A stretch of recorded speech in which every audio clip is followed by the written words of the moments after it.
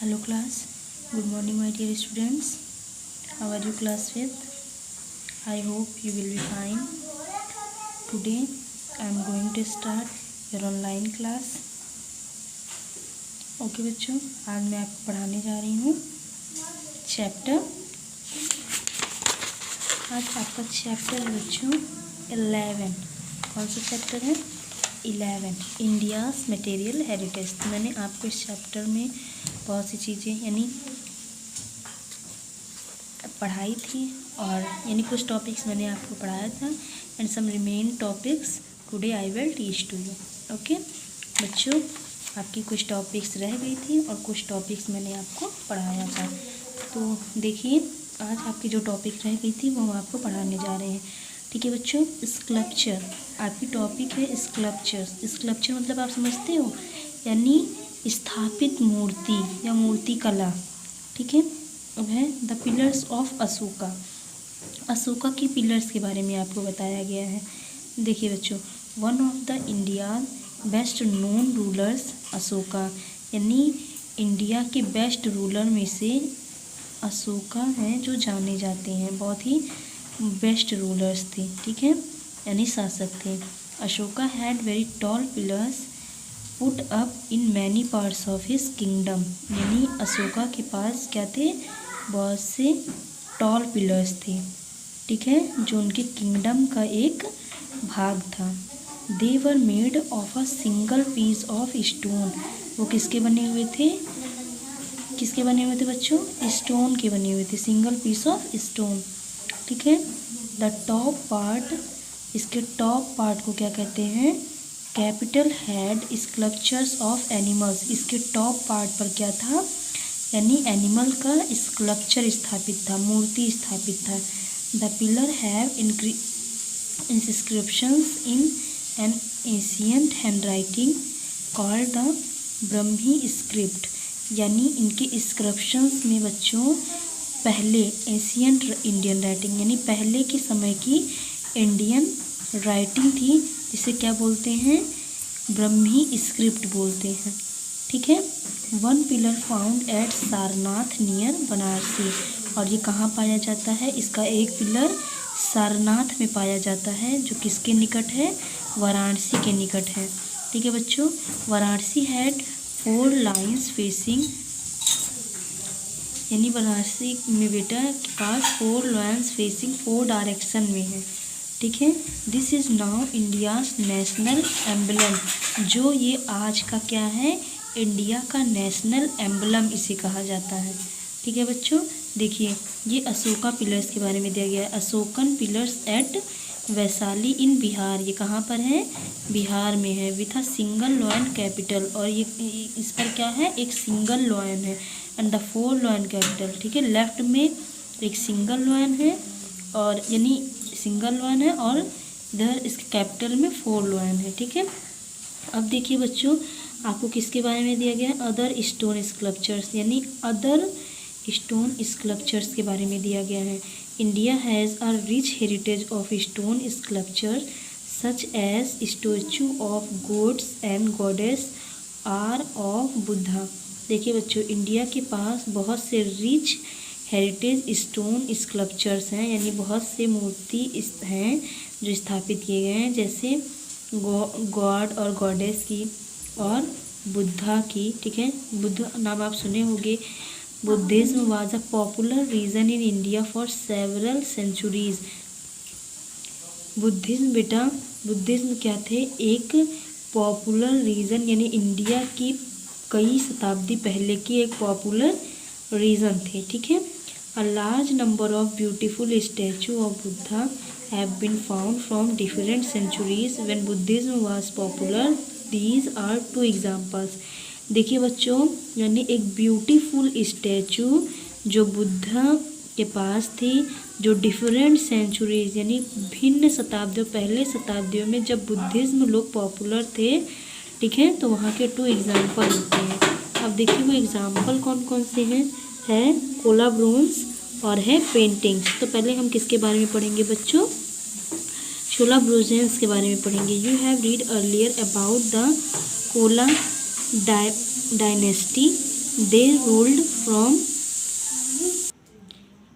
from Thanjavur in Tamil Nadu over 11 centuries ago. During this period, beautiful bronze sculptures were produced in this region, which are considered amongst the best in the world.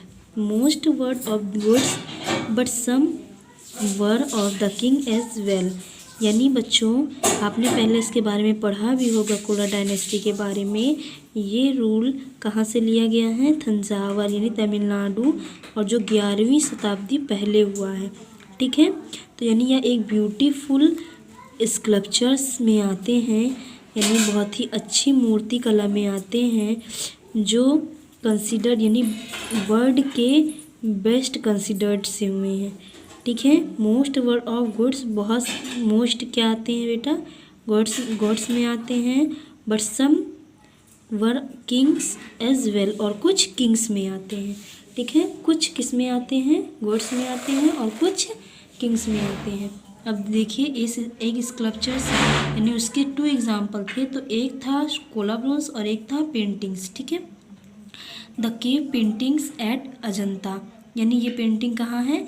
Ajanta. ठीक है, अजंता की गुफाएं। ठीक है बेटा, अजंता की गुफाएं की पेंटिंग है। ये कहाँ पर स्थित है? एलोरा में स्थित है। ठीक है, अभी देखिए हम आपको बता रहे हैं और आगे। These famous painting were done over several centuries starting from about 22 centuries ago, यानी यह फेमस पेंटिंग बेटा कई शताब्दी पहले शुरुआत हो चुकी है इसकी, यानी 22वीं शताब्दी से पहले। ठीक, यानी इसकी शुरुआत कब हुई थी?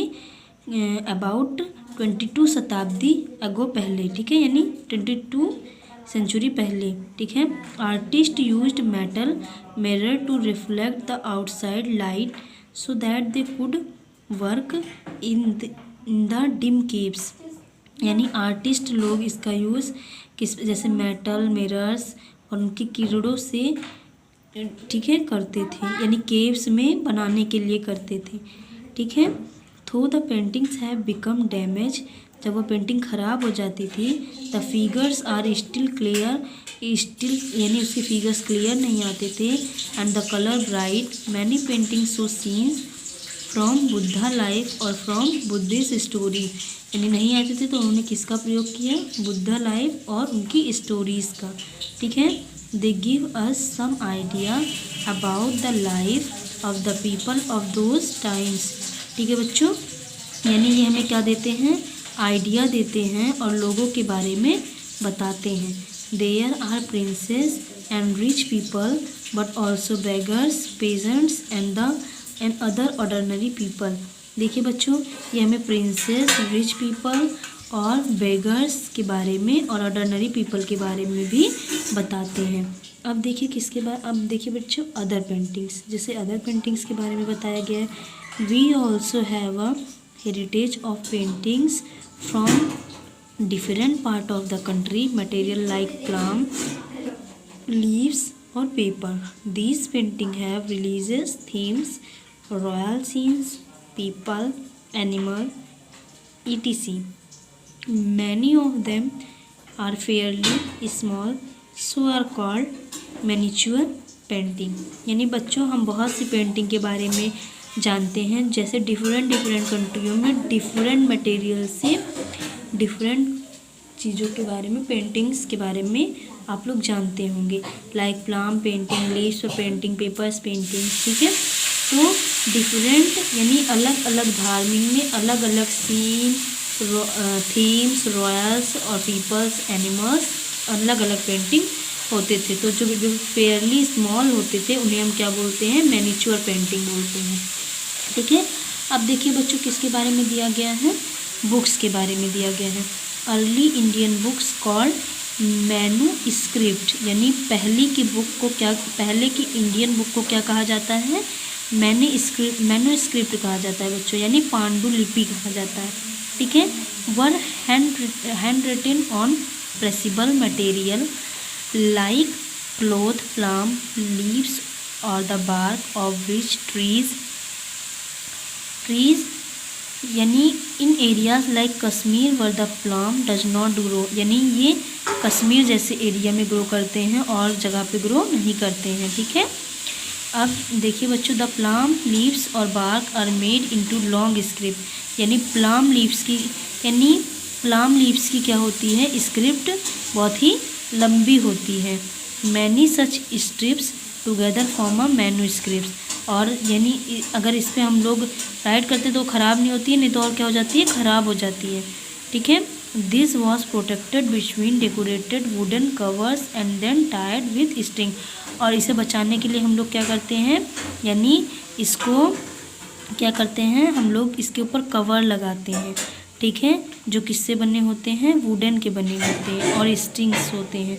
Many manuscripts were illustrated with small paintings were early manuscript do not exist, यानी बहुत से मैन्यूस्क्रिप्ट्स ऐसे होते हैं जो स्मॉल पेंटिंग्स की तरह होते हैं, जो बिल्कुल एग्जिस्ट नहीं होते हैं, यानी original books which were beginning to get damage were copied and then the old manuscripts were probably discarded. Paper came to India in the 11th century and gradually books began to be written on paper. यानी बच्चों original की जो book हैं वो पहले यानी beginning में क्या हो गई, डैमेज हो गई, फिर उसे कॉपी किया गया और फिर उसे मैन्यूस्क्रिप्ट बनाया गया और उसके बाद उसे डिस्कार्डेड किया गया। उसके बाद बच्चों ये पेपर इंडिया में आया 11वीं सेंचुरी में और उसे बुक और रिटन पेपर के थ्रू लिखना शुरू कर दिया गया। ठीक है, तो अब देखिए बच्चों ऑब्जेक्ट ऑफ डेली यूज़, जैसे हम लोग उन ऑब्जेक्ट के बारे में बात करते हैं जिनका हम लोग क्या करते हैं, डेली यूज़ करते हैं। Many object of daily use like beautiful fabric, ठीक है, instruments and utensils are preserved in several museum, यानी बच्चों बहुत से ऐसे ऑब्जेक्ट होते हैं जिनका हम डेली यूज़ करते हैं। जैसे ब्यूटीफुल फैब्रिक, जैसे साड़ी, शॉल्स, बेड कवर्स, ये लोग हम क्या करते हैं, डेली यूज़ करते हैं। कुछ इंस्ट्रूमेंट्स हो गए, जैसे अर्निस्टिल्स हो गए, खाना बनाने के लिए हम लोग बर्तन का प्रयोग करते हैं। तो ये सारे चीज़ हो गए। ठीक है बच्चों, these are mostly from about the 17th-18th century onwards, और ये मोस्टली कब से बेटा होने लगे, 17 और 18 सेंचुरी से होने लगे हैं। ठीक है, the timeline show you when this example of our heritage word creation, ये किसके बारे में आपको दिया गया है बच्चों, ये आपको दिया गया है टाइम लाइन, ये शो कर रहा है किसके बारे में, हेरिटेज के बारे में, जो आपको यानी इंडिया नेशनल हेरिटेज के बारे में शो कर रहा है। ठीक है, अब देखिए बच्चों ये है पार्टोनेज। ठीक है, पार्टोनेज में क्या होता है, आश्रय और पालन, जहाँ पर लोगों को क्या दिया जाता है, आश्रय दिया जाता है, जहाँ पर लोग रहते हैं। वेल्दी पीपल हु पे for buildings, monuments, sculptures, painting और बुक्स आर कॉल्ड पर्चन्स। ठीक है, यानी वेल्दी पीपल, जो लोग क्या करते हैं बेटा, बिल्डिंग्स में रहते हैं, ऐतिहासिक बुक, मूर्तिकला स्थापित करते हैं, राइट करते हैं, उन्हें क्या बोलते हैं, पार्टोन्स बोलते हैं। इन अर्लियर टाइम पार्टोन्स वर्किंग, यानी पहले के समय में पार्टोन्स क्या होते थे, राजा होते थे, रिच ट्रेडर्स होते थे, मर्चेंट व्यापारी होते थे, रिच मोनेस्टर्स होते थे। ठीक है, much of our heritage has come to us because their patronage, यानी जो लोग हेरिटेज में आते थे, यानी कुछ लोग ऐसे आते थे जिन्हें पार्टोनेज बोलने लगे। ठीक है, this patronage help created people like artist, artisans, builders, sculpture and writers to earn a living, यानी बेटा जो लोग उनकी हेल्प करते थे, क्रिएटिव करते थे, उन्हें आर्टिस्ट, आर्किटेक्चर्स, यही बिल्डर्स, स्कल्पचर्स, इन्हीं सब लोग होते थे। ठीक है, अब देखिए the work were made according to the wishes of the patrons, यानी ये लोग किसके अकॉर्डिंग वर्क करते थे, पार्टोन्स के अकॉर्डिंग वर्क करते थे। Who were playing for them, और when we look at this heritage as a source of history, it tells us what kind of skills and art excited at the particular time. It also tells us who had wealth and power at that time and what those people considered important. Here are some example. देखिए बच्चों यानी पहले के time की वो जो सारी चीज़ें बने होते हैं उसको हम लोग देखते हैं तो वो हमें क्या करते हैं, किसी चीज़ की हमें याद दिलाते हैं। ठीक है, उसके एग्जाम्पल कुछ इस प्रकार दिए गए हैं। The beautiful sculpture on the toranas of the Sanchi stupa have been done by very skilled sculptures and would have cost a lot of money. This tells us that very 2000 years ago many rich people were followers of Buddha. देखिए बच्चों, किसके बारे में दिया गया है, सांची स्तूप के बारे में दिया गया है और बुद्ध के बारे में दिया गया है, जिसे 2000 ईयर्स अगो पहले क्या किया गया है, बुद्ध को बहुत ही लोगों ने फॉलोवर किया है। ठीक है, जैसे we usually say that Shah Jahan built by the Taj Mahal, however he only paid for it. It was built by the skill and knowledge of creativity people like architects, mason builders and other craft people. The Taj Mahal tells us what skills people had when it was built. It also tells us that Shahjahan could have a beautiful building made in memory of his wife Mumtaz Mahal because he was a very wealth ruler. अब देखिए बच्चों, जैसे हम, मेरे कहने का मतलब ये है कि मेरे कहने का मतलब ये है बस कि पहले की जो इमारतें वगैरह होती थी उसको हम देखते हैं तो वो हमें किसी चीज़ की स्टोरी बताते हैं, जिनके बारे में कुछ विशेषताएं ऐसी होती हैं जिन्हें वो हमें याद दिलाते हैं। जैसे बेटा है, हम ताजमहल के बारे में, वो हमें मुमताज़ महल और शाहजहाँ की स्टोरी बताते हैं कि ताजमहल क्यों बनवाया गया था। ठीक है, उन्होंने अपनी बेगम मुमताज़ महल के लिए बनवाया था। तो इसी तरीके से बच्चों, जब हम कोई ना कोई ऐसे इंडियन मटेरियल हेरिटेज देखते हैं तो वो हमें किसी ना किसी चीज़ की विशेषता बताते हैं, उसकी हिस्ट्री के बारे में बताते हैं। ठीक है, अब देखिए इसमें बेटा दिया गया है, looking after our heritage you have read about only few example of in, वही सारे एग्जाम्पल बच्चों जो हम आपको पढ़ा चुके हैं इसमें दिए गए हैं कि कुछ लॉन्ग ट्रेडिशनल एग्जाम्पल्स हैं। ठीक है, अनफॉर्चुनेटली बहुत लोग वहाँ नहीं जा पाते हैं, नहीं देख पाते हैं। बहुत से ऐसे मॉन्यूमेंट्स होते हैं, ऐतिहासिक इमारतें होते हैं। ठीक है, कंस्ट्रक्शन वर्क होते हैं और जो डे बाय डे हमारी लाइफ को क्या करते हैं, डैमेज करते हैं और स्ट्रक्चर्स करते हैं। ठीक है, तो बच्चों इसी के साथ आपका चैप्टर ये भी फिनिश होता है। और बेटा जो चीज़ें आपकी अगर कुछ रह गई हैं तो वो हम, इस चैप्टर बहुत लेंथी था, मैंने आपको बहुत जल्दी पढ़ाया है, तो हम क्या करेंगे, आपको रिवीजन क्लास में आपको बताएंगे। ठीक है बच्चों, तो आपका चैप्टर 11 आपका कंप्लीट हो गया है बेटा। तो आप क्या करिएगा, हम देखिए हमने आपको match the column complete in the sentence your notebook, ये सारे हमने क्या कर दिए हैं, देखिए फिल कर दिए हैं। ठीक है बच्चों, देख लीजिए, देखिए ये वीडियो से आपको match the column complete the sentence in your notebook और ट्रू और फॉल्स मैंने क्या कर दिया है, फिल कर दिया है। तो आपको क्या करना है, आपको ये सारा वर्क अपनी फेयर कॉपी में, right all work in your fair copy. Okay, और बच्चों आपको सांची स्तूप के बारे में और सन टेम्पल के बारे में, right some point, Sanchi at stupa and Sanchi, sun temple at Konark, the Taj Mahal at Agra, right 5 points. Okay, आपको क्या करना है, ताजमहल के बारे में, सांची स्तूप के बारे में और सन टेम्पल के बारे में 5 पॉइंट्स राइट करनी है। ओके बच्चों, और question I will send word meaning and question answer through the PDF and right all work complete in your fair copy. ठीक है, आपको क्या करने हैं, अपने फेयर कॉपी में सारा वर्क कंप्लीट करना। Okay, thank you class. My code is MPS EVS।